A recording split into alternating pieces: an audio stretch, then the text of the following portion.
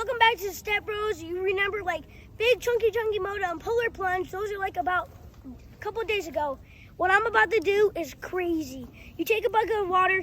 You see, if you find these in store, you just rip these off, take off the paper, and wait, what are they?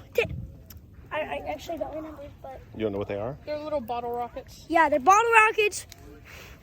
And this is about to be crazy. You have to wait a few seconds. If you find these in store, this is crazy. Take a bucket of water, cold water.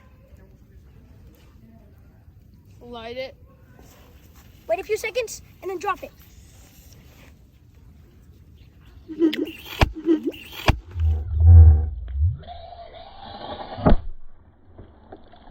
Oh, you got me. Here. Wait for a few seconds. Oh, that's gone. Dude, that's supposed to be. I got him again. I came up with that idea. Wow, he's putting full ones in there. That's it. Oh!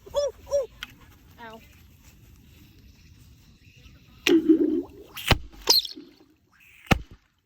that's on dry ice, people.